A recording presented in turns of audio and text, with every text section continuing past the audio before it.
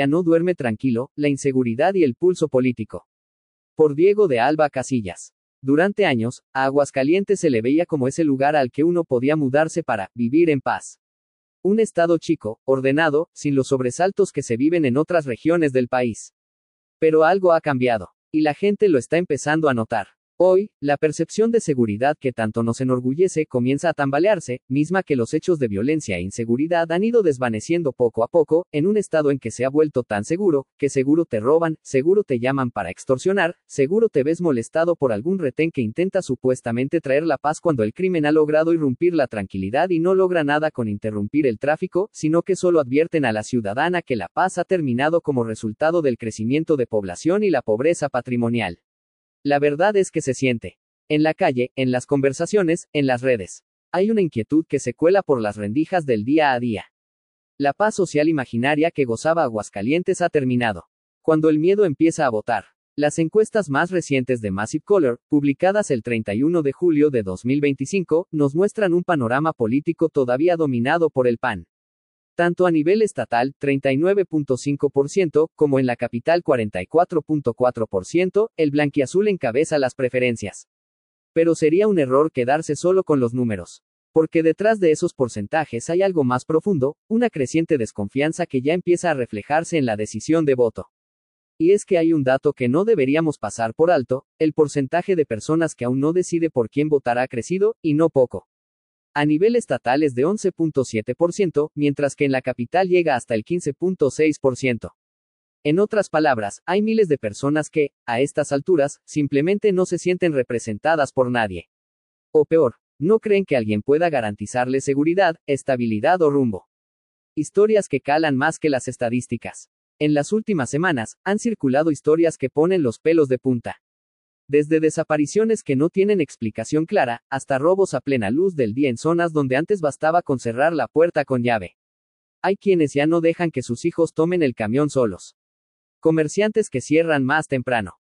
Colonias que han empezado a organizar rondines. Y aunque muchas de estas cosas no aparecen en los informes oficiales, el miedo sí se ha metido en la rutina. La inseguridad no es solo un problema de cifras. Es una sombra que se cuela en la mente, que nos cambia los hábitos y que hace que miremos dos veces antes de cruzar la calle. Y eso, por supuesto, también impacta en lo político. ¿Quién puede dar certezas en medio del desconcierto? En este clima, no sorprende que figuras como Antonio Martín del Campo, quien lidera cómodamente entre los posibles candidatos panistas con un 48.3%, aparezcan como el de más experiencia.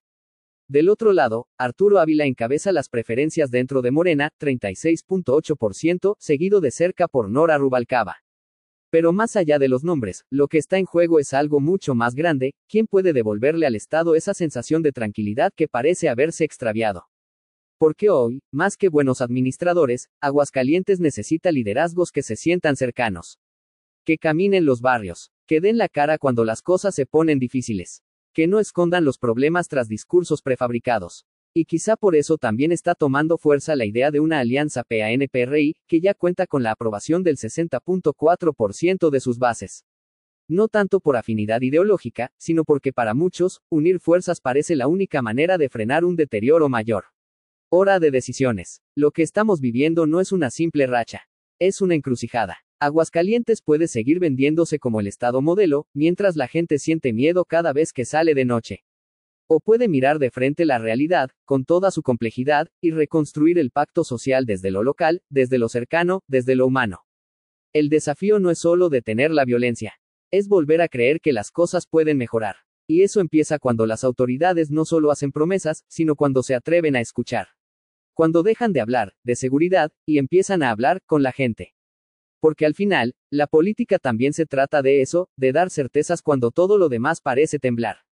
Este incremento de la percepción de la violencia podría ser un escenario que favorece a Arturo Ávila, ya que de los 4 aspirantes es el que en teoría tiene más acercamiento con las políticas de seguridad, pero su estrategia de ser el vocero de Ricardo Monreal, lo aleja de la población hidrocálida aún más de lo que ya está con sus propiedades en Estados Unidos.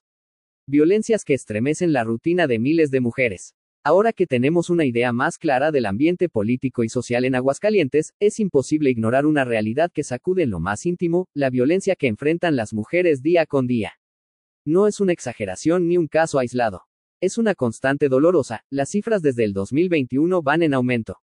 La ENDIRH 2021 lo deja claro y, la verdad, no es fácil de digerir. El 72.8% de las mujeres de 15 años o más ha sufrido algún tipo de violencia, psicológica, física, sexual, económica o patrimonial, en algún momento de su vida. Y lo más alarmante, casi la mitad, 48%, la vivió en los últimos 12 meses. Estas cifras no son solo estadísticas. Detrás de cada número hay una historia, una herida, una mujer que un día dejó de sentirse segura en espacios que deberían ser su refugio. Escuelas que deberían cuidar, pero también lastiman. Pensar que el espacio escolar puede ser escenario de violencia resulta difícil de aceptar, pero es una realidad. El 35.2% de las mujeres ha sufrido violencia en la escuela, y una de cada 5 lo vivió solo en el último año. No se trata de algo que pasó lejos o hace mucho, está pasando aquí y ahora. Muchas veces el agresor es alguien cercano, un compañero de clases, en el 41.9% de los casos, y casi siempre ocurre dentro del mismo plantel. Imagínate ser estudiante, cargar con libros, y también con miedo. Oficinas y talleres, el otro campo de batalla. El trabajo debería ser un espacio de desarrollo, no de tensión constante.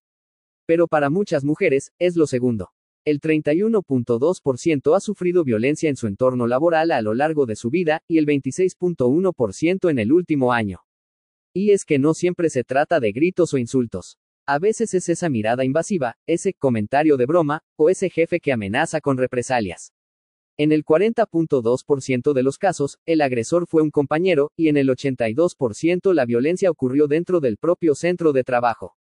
Calles que ya no se caminan igual. Salir a la calle nunca debería ser una decisión difícil. Pero el 47.2% de las mujeres ha sido víctima de violencia en su comunidad. Lo más frecuente, la violencia sexual. El 44.5% la ha sufrido en espacios públicos a lo largo de su vida y el 23.8% en el último año. Y sí, muchas veces es un desconocido el que agrede, 60.8%, en plena calle, parque o parada de camión. Caminar sola, sentarse en una banca, esperar el transporte, ya no es neutro. Puede ser un riesgo. Cuando el peligro está en casa. Lo más doloroso es cuando el lugar que debería proteger, también daña. Una de cada 8 mujeres fue violentada por un familiar en el último año, la mayoría de las veces con violencia psicológica.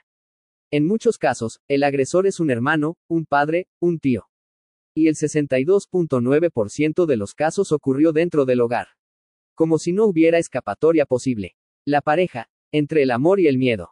Casi la mitad de las mujeres que han tenido una relación de pareja ha sido violentada en algún momento. Solo en el último año, el 24.8% vivió algún tipo de violencia, en especial emocional, psicológica, de control o humillación. Es fácil pensar en violencia como algo visible, físico.